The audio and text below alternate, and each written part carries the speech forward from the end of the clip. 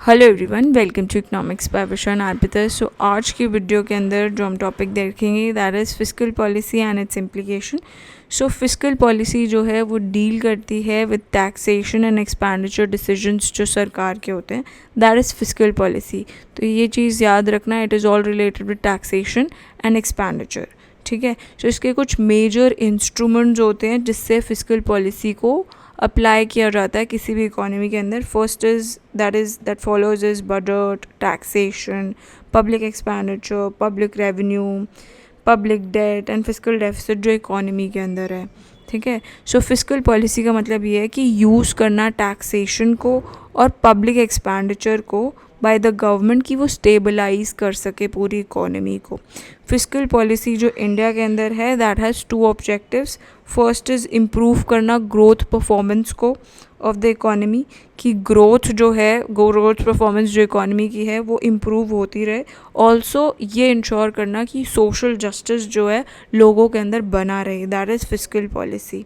ठीक है, सो fiscal policy क्या करती है, वो फीड करती है इकोनॉमिक ट्रेंड्स को और इन्फ्लुएंस करती है मॉनेटरी पॉलिसी को। अब जब हम बात कर रहे हैं फिस्कल पॉलिसी की, जब सरकार रिसीव करती है ज़्यादा, उतना वो स्पेंड नहीं करती, तो उसके बजट के अंदर क्या होता है, सरप्लस होता है। ठीक है, बट अगर गवर्नमेंट स्पेंड करती है ज़्यादा और रिसीव करती है कम, तो उस केस में गवर्नमेंट के बजट के अंदर क्या होता है, डेफिसिट होता है। ठीक है, so that is fiscal deficit. ठीक है, तो अगर हमें मीट करना है एडिशनल एक्सपेंडिचर को, तो ज़रूरत क्या होती है, जब सरकार देखती है कि उसका एक्सपेंडिचर ज़्यादा है rather than it's receiving from taxation, तो उसे क्या करना पड़ता है, सरकार को बोरो करना पड़ता है। या वो डोमेस्टिकली बोरो करती है, या वो दूसरे फॉरेन सोर्सेज से करती है, या वो ड्रॉ करती है फॉरेन एक्सचेंज रिजर्व से कुछ अमाउंट, या दूसरा तरीका ये है कि वो प्रिंट कर देगी मनी आरबीआई के through. So that is equal to the money. इससे क्या होता है, ये इन्फ्लुएंस कर पाते हैं इकोनॉमिक वेरिएबल्स को। ठीक है, दैट इज़ जो हमारा हम पढ़ रहे हैं, दैट इज़ फिस्कल डेफिसिट को कैसे ठीक किया जाता है।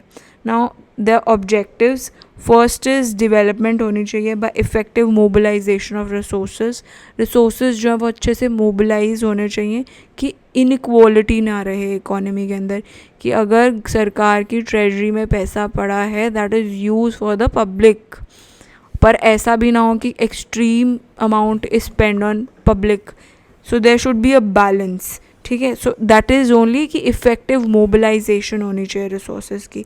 Second is reduction in inequality of income and wealth, कि इनइक्वालिटी जो है उसकी रिडक्शन हो ऑफ इनकम एंड वेल्थ। ऐसा ना हो कि बहुत ज़्यादा डाइवर्स इनइक्वालिटी है इन इनकम एंड वेल्थ, वो चीज़ का भी that is also the second objective. Third is price stability होनी चाहिए और control of inflation. So that is also fiscal policy इसलिए भी यूज़ करी जाती है कि प्राइस की स्टेबिलिटी बनी रहे और इन्फ्लेशन को हम कंट्रोल कर सकें। ठीक है, so employment generation is the next objective, कि हम ज़्यादा से ज़्यादा लोगों को रोज़गार दे सकें, that is the another objective. Next is balance regional development. तो बैलेंस रीजनल डेवलपमेंट भी बहुत इंपॉर्टेंट है। ऐसा ना हो कि रूरल और अर्बन के बीच में बहुत ज़्यादा डाइवर्स, बहुत स्टार्किंग डिफरेंस, ऐसा नहीं। There should be balance regional development. जो एरिया पीछे रह गया है, सरकार को वहाँ पे ज़्यादा पैसा खर्च करना चाहिए कि बैलेंस रीजनल ग्रोथ हो सके, डेवलपमेंट हो सके। ठीक है, नेक्स्ट इज़ रिड्यूस करना deficit in balance of payment. मतलब बैलेंस ऑफ पेमेंट में डेफिसिट कब होता है, जब हम एक्सपोर्ट्स कम कर रहे हैं और इम्पोर्ट ज़्यादा कर रहे हैं, तो इन दोनों के बीच में बैलेंस होना चाहिए। ऐसा नहीं होना चाहिए कि हम इम्पोर्ट्स ज़्यादा करी जा रहे हैं और एक्सपोर्ट्स कम कर रहे हैं। So that is also major focus कि there should be a balance between exports and imports, कि बीओपी में डेफिसिट ज़्यादा ना हो। ठीक है, नेक्स्ट इज़ हम इंक्रीज़ कर सकें नेशनल इनकम को, कि जीडीपी बढ़ेगी तो ग्रोथ और डेवलपमेंट दोनों होगी ना इकोनॉमी में। सो that is very important. Next is development of infrastructure. जो एरियाज़ जैसे रोड्स, रेलवेज़, इन चीज़ों की डेवलपमेंट इज़ वेरी इंपॉर्टेंट, कि तभी तो इकोनॉमी मूव कर पाएगी आगे। तो रोड्स अच्छी होंगी तो ट्रांसपोर्टेशन अच्छा होगा, सो ट्रेड और कॉमर्स अच्छे से और ग्रो करेगा। सो development of infrastructure is very important. Next is foreign exchange earnings.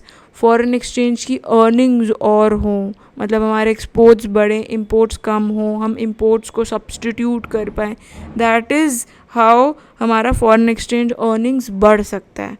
I hope आपको अच्छे से ये टॉपिक समझ में आया होगा, the fiscal policy and its implication. Next video के अंदर हम इसके प्रीवियस ईयर के क्वेश्चंस डिस्कस करेंगे। Stay tuned for that as well. Thanks for watching.